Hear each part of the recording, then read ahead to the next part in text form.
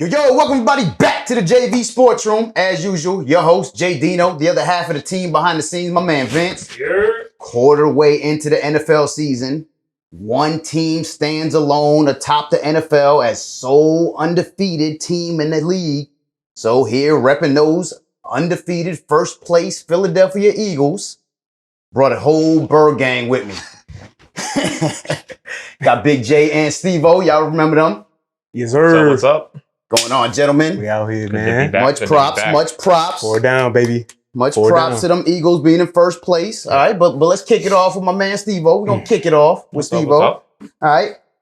So earlier this season, we got a little video clip from you, giving us your predictions, in which, one of them was a bet that you made with a JV Sports team member, Alex, that sat right here. Yes, sir. And you said that your Eagles would finish this season third place or higher. And in the NFC East. Yep. Hey, man, it's still early, but you still feeling good about that prediction, about your bet? I'm feeling great about that bet. I'll be honest with you. I'm feeling fantastic about that bet. Tell us why. I mean, you just look at the Eagles, and last week's a great example for it because last week they really truly faced some adversity on the field.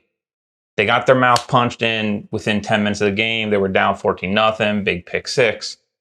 Cold, wet, rainy, windy environment. It's not fun to play in. Nope. And they came back. They scored 29 unanswered points. I mean, and that's with a slew of losses. I mean, they went into the week without Avonte Maddox. They lost Darius Slay.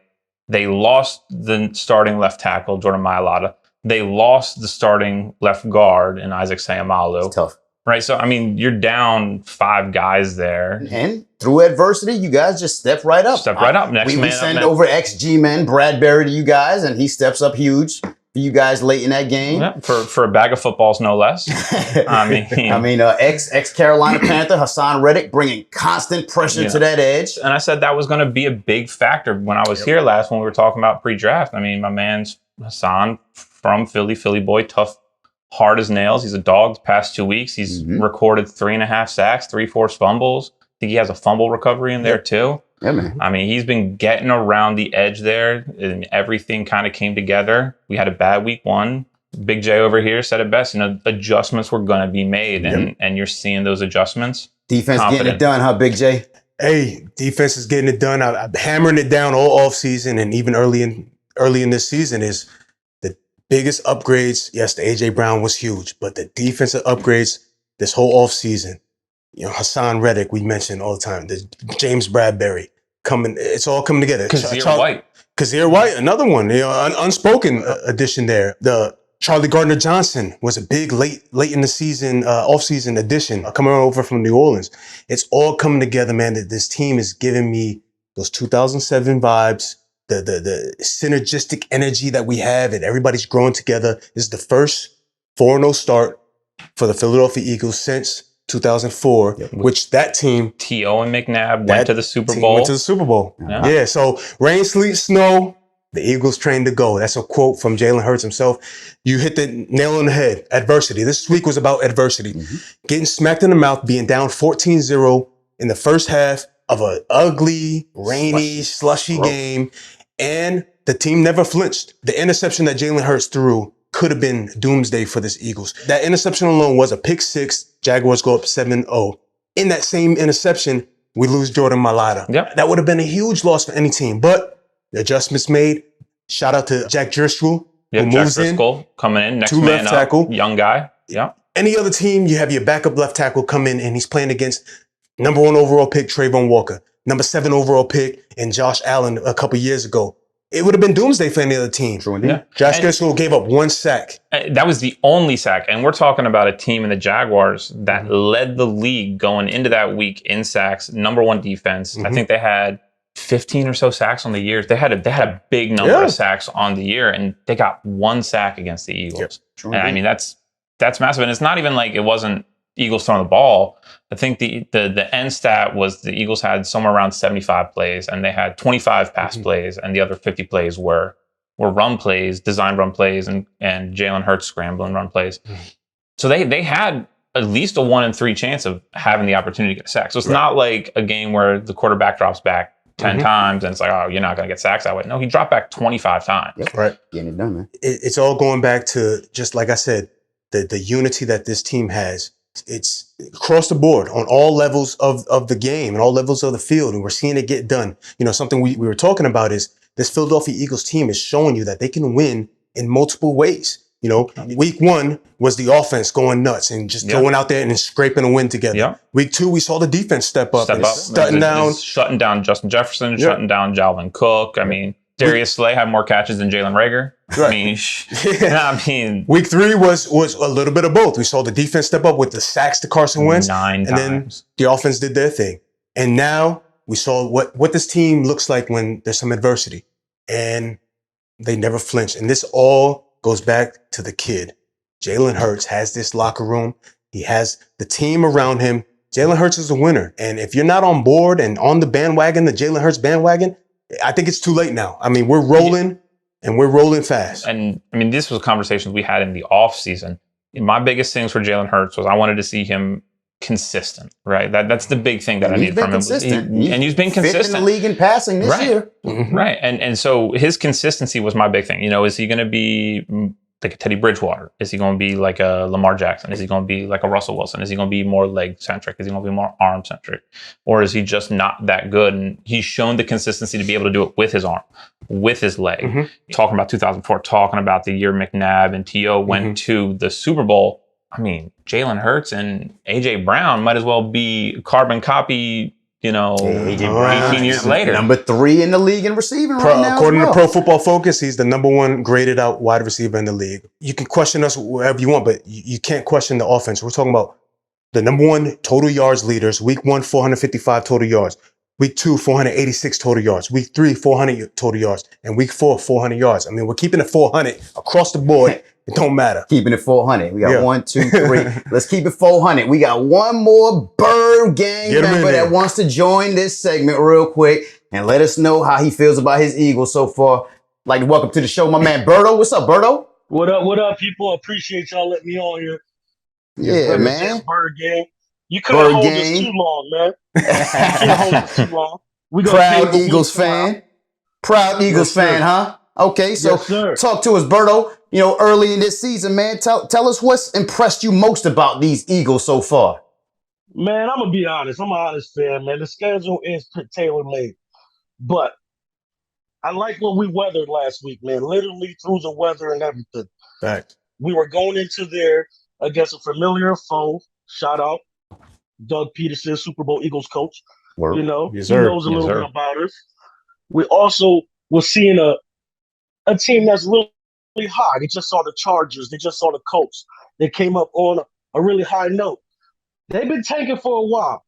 They got a lot of athletes over there. They're real young over there. Like I said, week 1 with Detroit. That ain't the same Detroit, and this ain't the same Jags. Right. All right. We need to understand it's 2000 season 22. There's a lot of other players coming. These boys are young. They're hungry. Coming into this game, I expected a lot of pressure, which I saw a lot of blitz packages. Yeah. I was very impressed. Being able to hold up, losing Malata. Yeah. Shuffling everybody around. Losing Darius Slay as well. Right. Okay.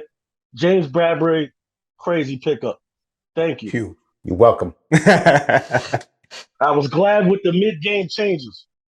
I know we're in love with A.J. Brown so much.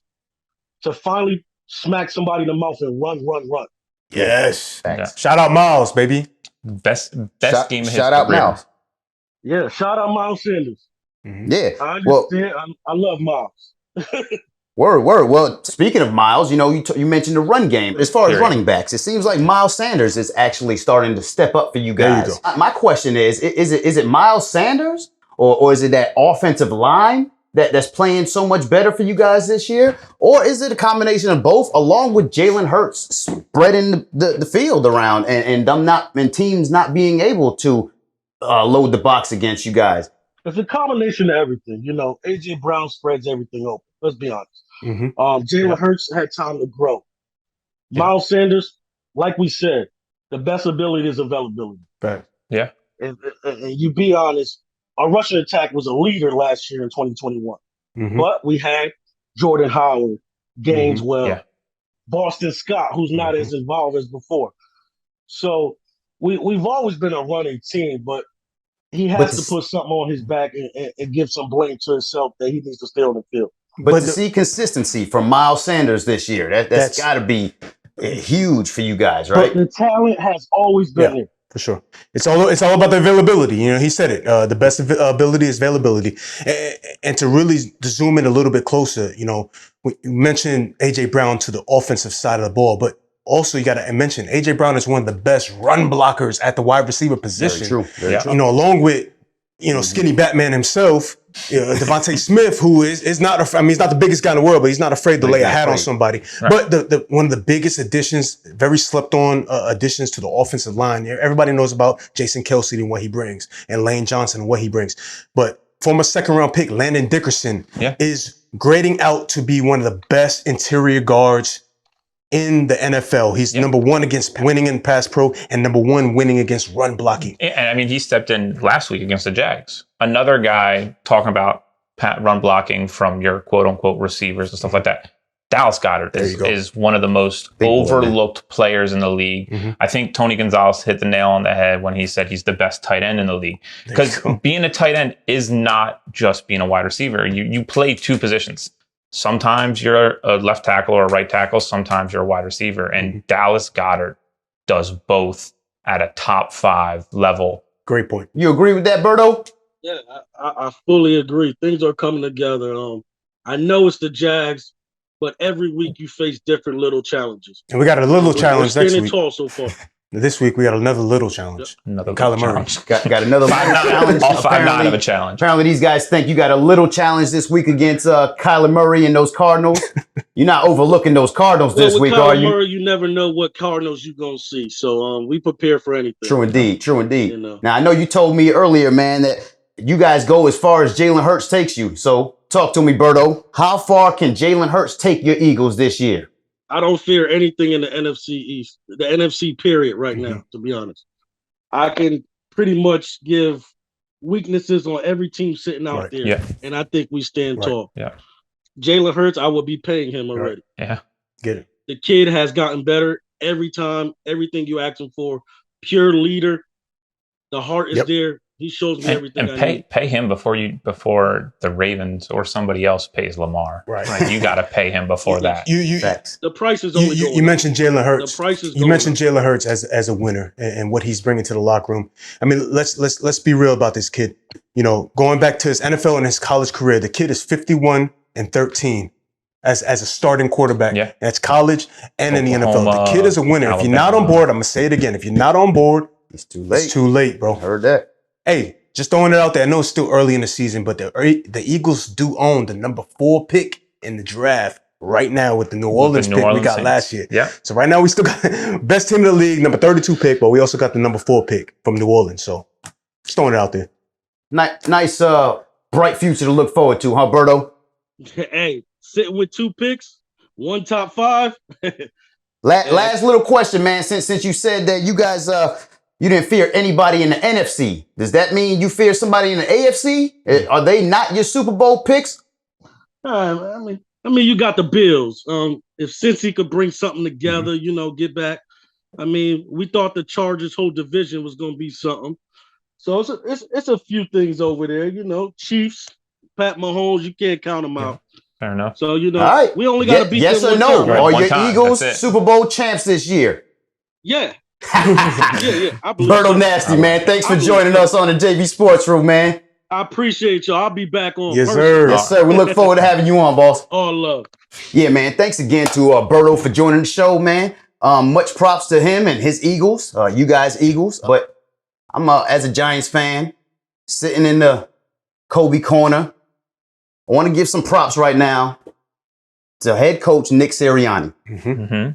Much props. Obviously, he's doing a great job of leading that team on the field, but off the field, man. Giving them the motivation and the inspiration that they need. I'd like to actually give him much props for the motivational move that he used against the Washington Commanders just last week. He showed them the Kobe Bryant footage from the Redeem team where Kobe Bryant actually said on the first play of the game, he was going to run right through Pau Gasol. And LeBron James, Dwayne Wade, Carmelo Anthony, these guys looked at him like he was crazy. That's your team from the Lakers. You're not going to run through him, Kobe. Kobe said, no, he's not my teammate today. I want to win. So I'm going to run right through him, and I'm not going to look back. And that's the same thing those Eagles did last week when they faced against a familiar foe, a brother in Carson Wentz. They ran right over him, and they didn't look back. And here these Eagles are, 4-0. Much props to them Eagles. Much props to Coach Sirianni, really giving these boys the heart and the inspiration that they need before these games, man. You know, bringing up Carson, bringing up Doug, you know, this has been a real storied season for the Eagles. I mean, week 1, you're playing Detroit at Detroit. Darius Slay's homecoming to Detroit, right? Week 2, Jalen Reagor gets traded to the Minnesota Vikings. And that's twice as important because on that Minnesota Vikings wide receiving group, you have Justin Jefferson, the guy that the Eagles passed over for Jalen Reagor, right? So you got both of those wide receivers that you should have potentially seen as those first-round picks at 18 and 19 on the same team there. 2 weeks ago against the Commanders, playing against Carson Wentz, right? Last week, you're playing against Doug Peterson. This week coming up, you're going against Zach Ertz, one of the greatest tight ends the Eagles have ever had. The week following, you know, when we played Dallas, you got Jason Peters, you know, long time, consummate professional, the anchor in that offensive line on left tackle. Easy Hall of Fame, right? And then a couple weeks from now, you know, Eagles play the Titans. You have A.J. Brown there. A.J. Brown being crazy move. They bring him over, good friends with Jalen Hurts. But ESPN has a new metric that they released this year where they track how open a wide receiver is and how likely the chance of a catch is, if he is targeted. A.J. Brown has a 96. He's the #1 most open wide receiver. And the Tennessee Titans move him for a bag of footballs just like y'all moved Bradbury. So, like, it's a very, very storied season. Love that. It feels very much like the 17 season, very much like the 2004 season. And to any hater out there talking about how easy the schedule is, keep that same energy because you had that energy in 2017. And what did we do? We won the bowl. Hey, at the end of the day, schedule makers make the schedule. You know what I'm saying? You can't blame anybody for that. All right, but enough talking about these undefeated Eagles. Hey, much props to them. We appreciate the love, man. We appreciate it. Appreciate the love. But there's other teams that are playing great as well, man. Absolutely. We actually have 7 other one-loss teams in the NFL. Starting off with these G-men over in this corner, man. Yeah.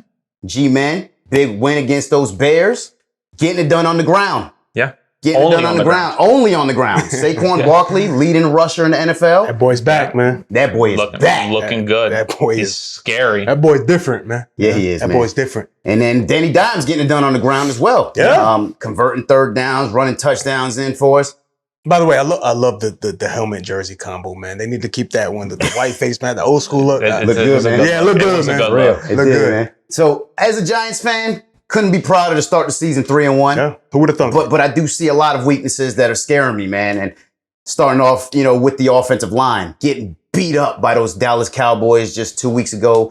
DeMarcus Lawrence was literally all over Danny Dimes that entire game, man. Yeah. So it scared me as a Giants fan seeing that young offensive line crumble the way they did early in that game. And also the fact that we have no receivers at this point in time. Yeah. Where's our first round pick, Kadarius Toney from last year? Right. Where's our second round pick, Wan'Dale Robinson from this year? Where's Kenny Golladay, who we paid a humongous bag to, but I can't wait to trade him as soon as possible? Where's he at? Hopefully out the door by next week. Apparently, they said he left the game this past game with a apparent knee injury, but that's good because we didn't need him on the field anyway. Yeah. And then the icing on the cake, Sterling Shepard goes down with an ACL tear, and he's done for the season. So where are these weapons that we paid for? That's my question. With all of that capital that was used within the last couple of years and all of that money spent on receivers, Richie James is our #1 wide receiver going into week 5. The only shining light as a Giants fan that I'm seeing right now is that Kadarius Toney and Wan'Dale Robinson have been spotted at practice. So against some of these tougher teams that we're going to be facing in Green Bay and the Ravens coming up, hopefully we can see those guys on the field, man. So yeah, and I mean, speaking of injuries, Saquon being back, I mean, he was out there slinging balls for you. I mean, he didn't we really had both sling our them, quarterbacks down at one point in time for a couple plays, and they had to line him up in the Wildcat. But thank God we got Danny back on the field, man. Kind of something I alluded to early in the season, man. You kind of feel bad for Saquon, man. He's out there putting his heart and soul into every play, every rush he gets.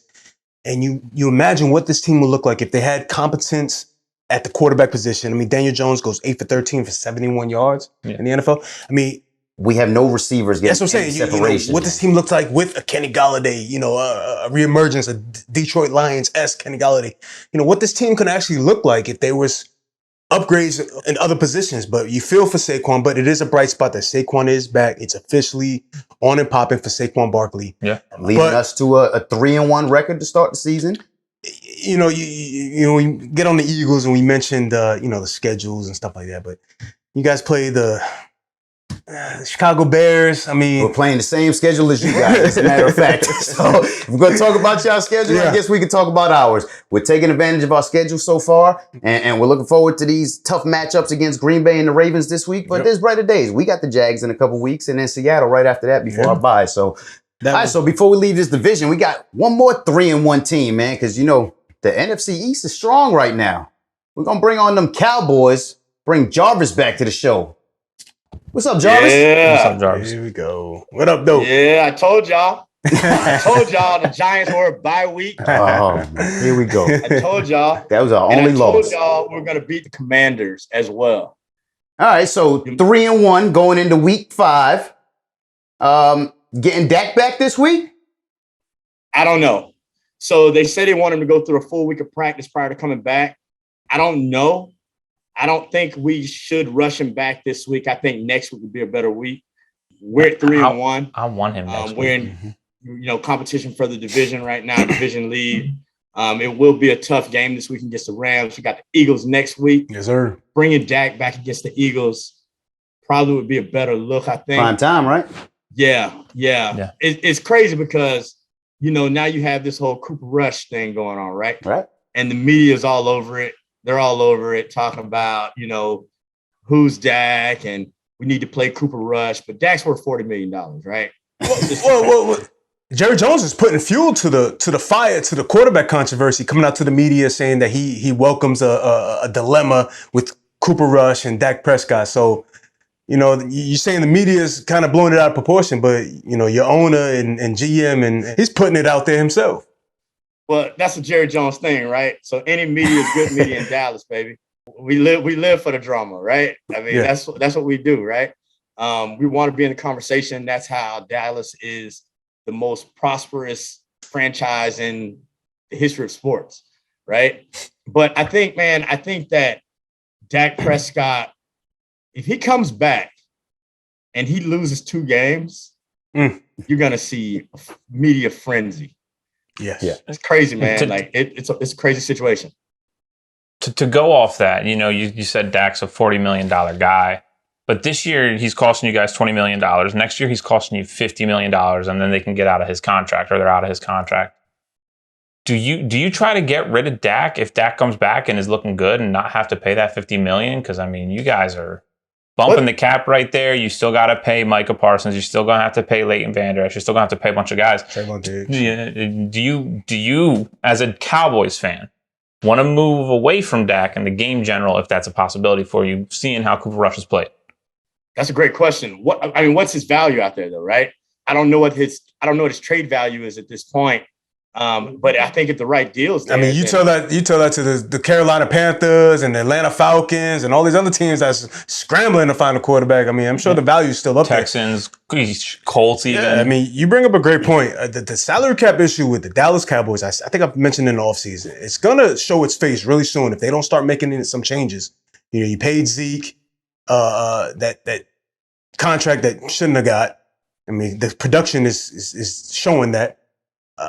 And if Cooper Rush comes out this week and beats a good Rams team, I think, we kind of lived it as Eagles fans when we paid Carson Wentz and got nothing for it. And then we ended up moving on from him and letting JALEN step up. It might be a decision that you guys are going to have to face if Cooper Rush. To me, he looks good. There's nothing not to like about Cooper Rush. Well, I mean, granted, that offensive line has been playing fantastic. So he's getting all the time he needs in the pocket. So you tell me, does Cooper Rush beat those Rams this week? So I think it's game scripting too, guys. I mean, let's be real. Cooper Rush is attempting, less than 30 pass attempts a game.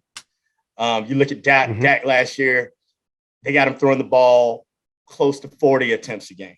So I think we're just getting back to the basis of Cowboy football, which has always been based upon building off of the run. And that's always been my gripe with the play calling in Dallas the last couple of years is that, yeah, granted, we have a great quarterback in Dak Prescott, but the way that we've always won championships is to run the ball, build off the run, develop the play action. That's game scripting. We're not a shootout type team. We want to control the clock, run the ball, and then hit the big play when we can. I think this is going to be a telling week for you guys. The Rams are not playing at a high level. If it's not Cooper Kupp or Tyler Higbee, they can't move the ball. No. I think this is shaping up to be, week 6, Sunday Night Football, a one-loss Dallas Cowboy team and an undefeated Eagles team to duke it out. I think as well, and I agree. It's going to be a very telling week. Especially, I really want to see Cooper Rush out there against the Rams this week. I want to see what he has. I mean, they're coming off a loss against the Niners. They're going to be angry, and I mean, they're going to give us their best. We're going to see the best Rams team that's going to be there. So. And JDino made a point about the offensive line, and I kind of dragged the Cowboys' offensive line through the mud weeks past, but I definitely want to shine some light. The addition of formerly known as the bodyguard, now known as the crossing guard, Jason Peters, but moving him inside has definitely helped you guys a lot. I mean, Cooper Rush is sitting back there. When he does attempt to throw the ball, he's sitting back there and he's picking defenses apart. We mentioned Noah Brown has stepped up in big moments. CeeDee Lamb is really coming to life and being that number 1 wide receiver. So the running game is pretty much non-existent. If it's not Tony Pollard on a big play, Zeke has been non-existent. So the offensive line, the pass pro, letting Cooper Rush, see the field, it's been good. And I think we're going to see a test this week against Aaron Donald and those boys in LA. One thing I do want to say is that Dak does a better job of spreading the ball around amongst his receivers better than Cooper Rush. One thing I do want to see this week is if Cooper Rush can find anybody else besides CeeDee Lamb in that offense. He's going to need to, because Jalen Ramsey is pretty much going to be all over CeeDee Lamb this entire game. So that's the biggest thing I want to see. Can Cooper Rush actually find other weapons besides CeeDee Lamb? He's had the highest percentage of targets that he's had in his entire career with Cooper Rush in the starting lineup. So can Cooper Rush find other weapons like Michael Gallup and possibly Dalton Schultz, who had 0 catches last week? Can he find some of these other options in the offense to beat this Rams team? Gallup had a touchdown, baby. He had a tutty first game back. He did. He did. Yeah. Let's go. We're back. We're back, baby. We're here. We're going to beat the Rams this week. We're going to come out and beat the Eagles. We're going to take the NFC East lead. Let's go. Not in this universe, man. That's the energy I wanted to hear from the Cowboys fan. Jarvis, man, we appreciate you coming back on the show, man. Thanks for coming on and supporting your Cowboys as usual. Much love, brothers. Good seeing y'all, man. Good luck this week. Yes, sir. Good luck. Good luck to the Cowboys, man. I appreciate Jarvis coming on, helping us close out the NFC East. The only other 2 teams that are 3-1 in the NFC right now are at the top of their division. We said it was going to happen. The Green Bay Packers and the Minnesota Vikings. They're going to be duking it out all year, right, guys? Yeah, 100% they will. A win this week in overtime against the Patriots for Green Bay. If I'm a Packers fan, I'm not excited about that. It was ugly. But Minnesota just barely scraped out a win themselves, and right? Minnesota scraping away wins here. But the arrows definitely pointed up more for the Vikings. Yeah. Because of, the weapons. We mentioned the weapons in Minnesota and the lack thereof weapons in Green Bay. Yeah. And they have a defense to match in Minnesota. Yeah. So one thing I will say, though, is Aaron Rodgers is starting to get a little acquainted to his weapons. Back-to-back touchdown weeks for Romeo Doubs. Yeah. Yes. Big game for Allen Lazard, over 100 yards this week. So he's starting to become acquainted with those guys a little bit. Yeah. They're young, and it's going to take time. The relationship is there, but if anybody can do it, Aaron Rodgers can definitely do it. But Justin Jefferson, Adam Thielen had a big week this week. if Dalvin Cook can get his shoulder situation, you know, secure, you said they're going to duke it out all year. It's hard to pick. Yeah. I think realistically, it's the Vikings' time to strike. You know, Green Bay's got the weakness in the young wide receivers, the lack of weapons. Detroit is coming up. I mean, they're young. But they've got a million injuries. And we'll get to that, you know, but this is the best time the Vikings are going to have to take this division and run away with it and get into the playoffs and fight for the Super Bowl. And you mentioned Dalvin Cook's shoulder situation, but even if he doesn't play, man, I love this Alexander Madison cat. He had a touchdown last game as well, too. So he's ready to step up the minute Dalvin goes down. Right. So they're going to be duking it out all year. But let's switch over to this AFC, man, because actually Steve-O's Super Bowl pick, those Buffalo Bills, are also 3-1. Yes. So, I mean, you still feeling good about your Super Bowl pick, Steve-O? I'm feeling good about them being at the Super Bowl. You know, my condolences to the city of Phoenix, because the way it's looking right now, that city's going to burn down. You know, you're going to have Bills Mafia and Bird Gang show up, kick it around the sand. Hide your tables, man. Hide your tables. Hide your tables, hide your kids, hide your wives, hide it all. Hide your wife. But no, I think that they still have a really good shot at winning the Super Bowl. I think they have a really good shot at taking over the AFC. I think their biggest hurdle is going to be the Kansas City Chiefs, right? Which are also a 3-1 team. They are the most dominant, most well-rounded team in the AFC, though. So I'm still feeling pretty good about them at least being in the Super Bowl. No, I agree 100%. Let's get a consistent running game. I know it's Josh Allen's team. He's going to run the ball, but God forbid he sustains an injury. Wait, hold on. Last week, I was pushing that running game, and you told me that you don't think that they needed a running game. And then now we need a consistent running game. No, I knocked him handing the ball off all game. Now, that's what I knocked. Because this running game, I mean, when they get the opportunity, make big plays. You know, maybe it's not Devin Singletary. Maybe it's not Zach Moss. It could be that boy James Cook. Could be. But they need big explosive plays from the running back position to take the pressure off of Josh Allen. But yes, I do agree that Josh Allen is the leader of that team on offense, and he needs to have the ball in his hands at any time. Absolutely. But like you said, they are going to need consistency from that running game. And if some games it takes over as the dominant piece of that offense, then so be it. Yeah. But agreed. They need James Cook to step up in that offense. Yeah. That's who they need. Yeah, I mean, look at if the Bills with their poor running game overall, look at them in last week's game with the Eagles Jags in those conditions. Look at the conditions week one in the Bears game. I mean, we've had 2 games this season that have been old school football style. You beat them in the trenches, you beat them with the run. And to Jarvis's credit, old school Dallas football is the way you win championships. You win championships through defense, and you win champions on the ground. We're going to see what they look like next week. Dealing with a little adversity now. You lose Isaiah McKenzie. Gabe Davis is still coming up hobbled, you know, still week in, week out with him. Jamison Crowder's banged up as well. So now, there's some adversity now. You got Stephon Diggs, a banged up Gabe Davis.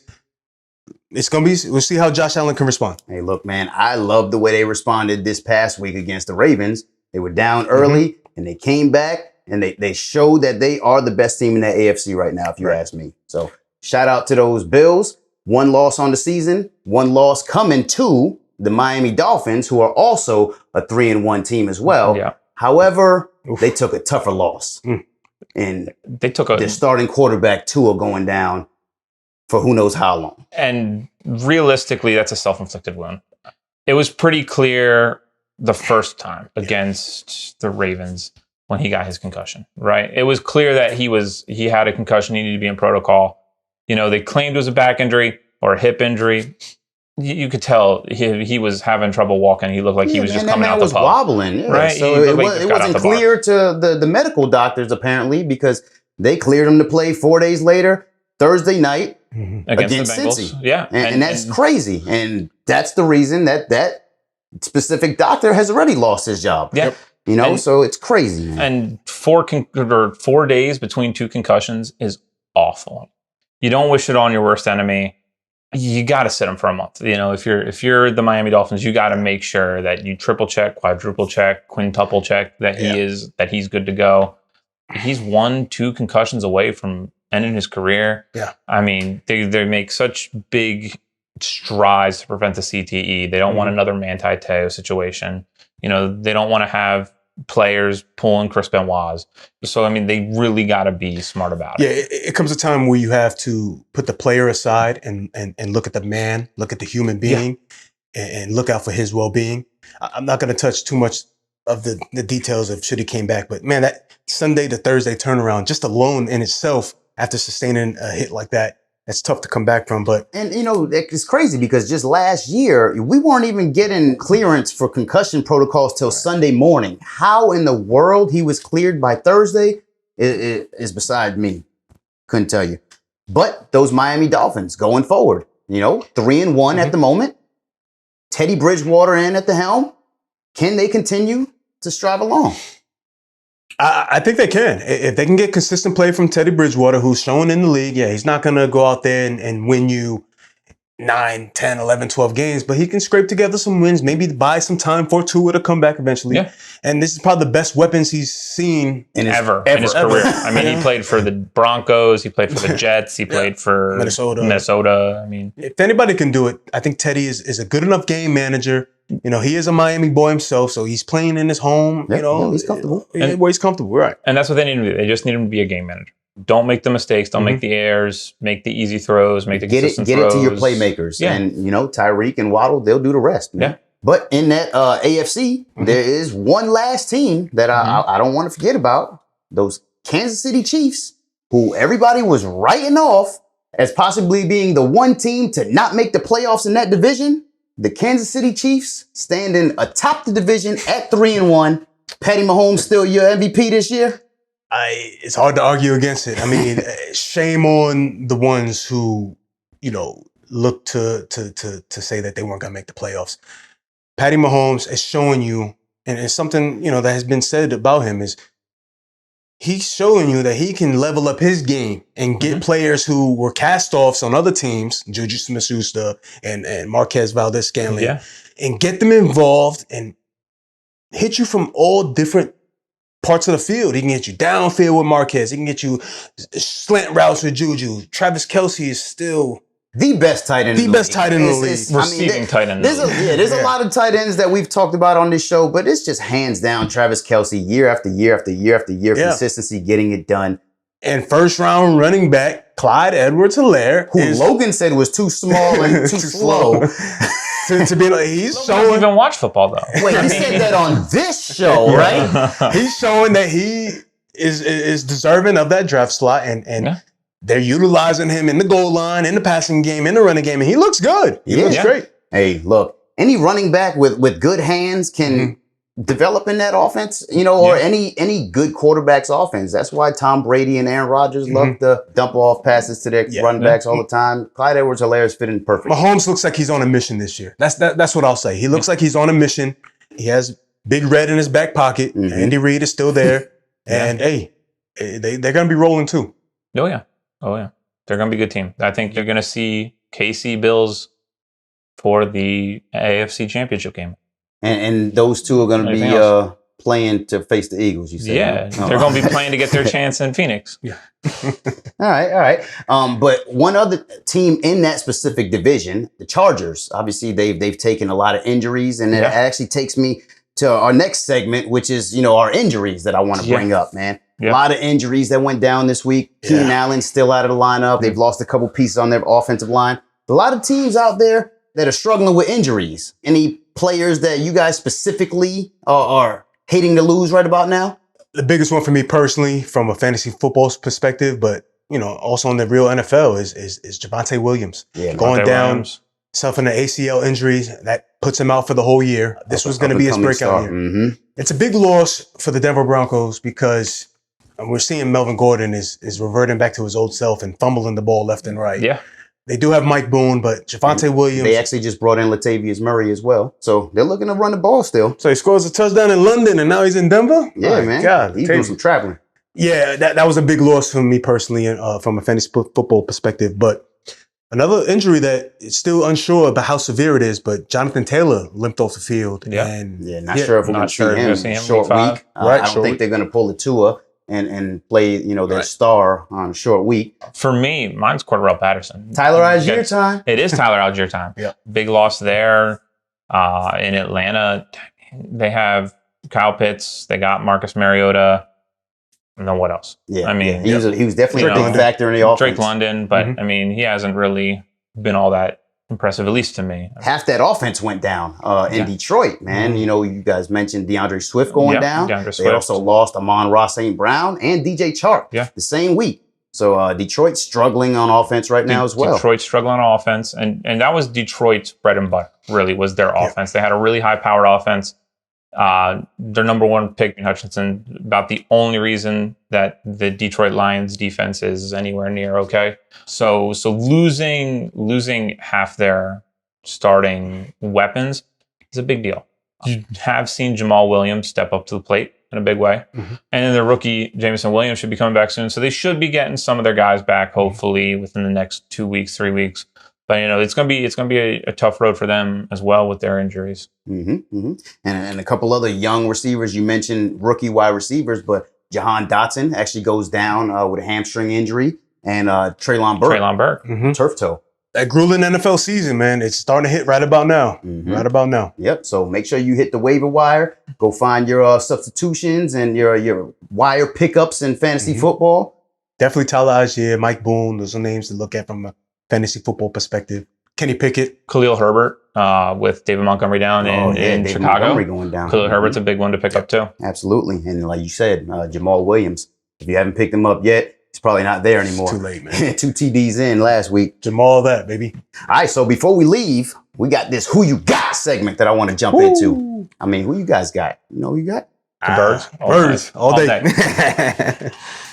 All right, so we're going to try to keep this a little non-biased, and we're not going to talk about the Giants and going in to Lambeau and beating up on those Packers. Ain't going to talk about that. Eagles win. And we ain't going to talk about the Eagles beating up on the Cardinals either. But I do want to jump on Jarvis's Cowboys and ask you who you guys got between Cooper Rush's Dallas Cowboys going to the Los Angeles Rams. Who you guys got? Dallas at LA Rams. I mean, we saw a Monday night LA Rams team that just got mollywopped, if that's even a word. If not, I just made it up. They got mollywopped, and like I mentioned early in the show, if it's not Cooper Kupp or Tyler Higbee and splashes, they can't move the ball. They can't move the ball down the field. I mean, when you're relying on Van Jefferson to come back from injuries, you know you have an issue.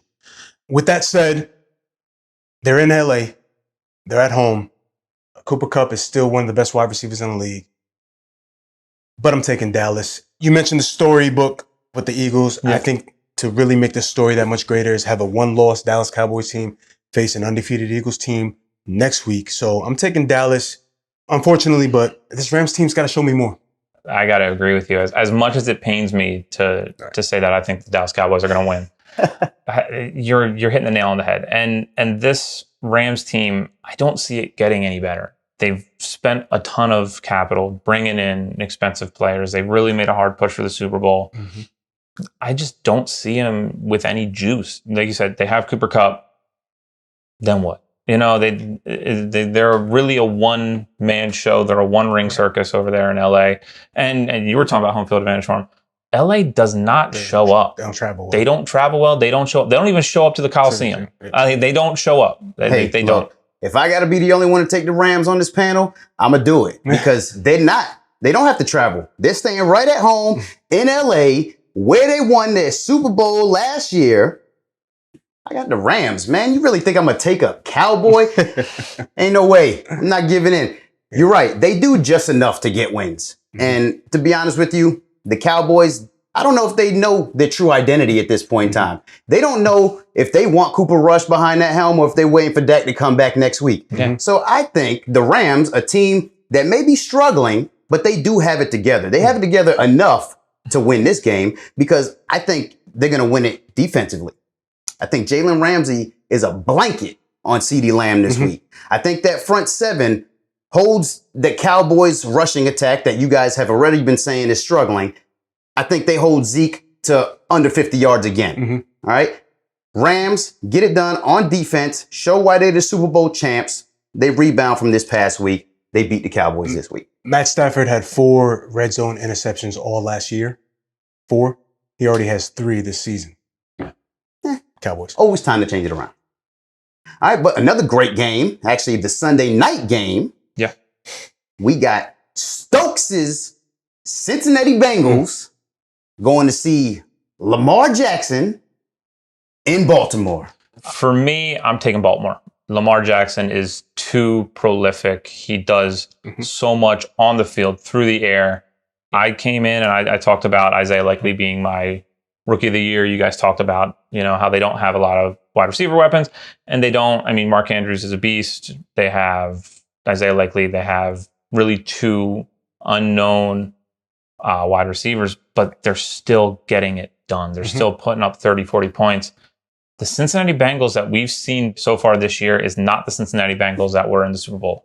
Right? They're not championship caliber Cincinnati Bengals. Jamar Chase is having a sophomore slump.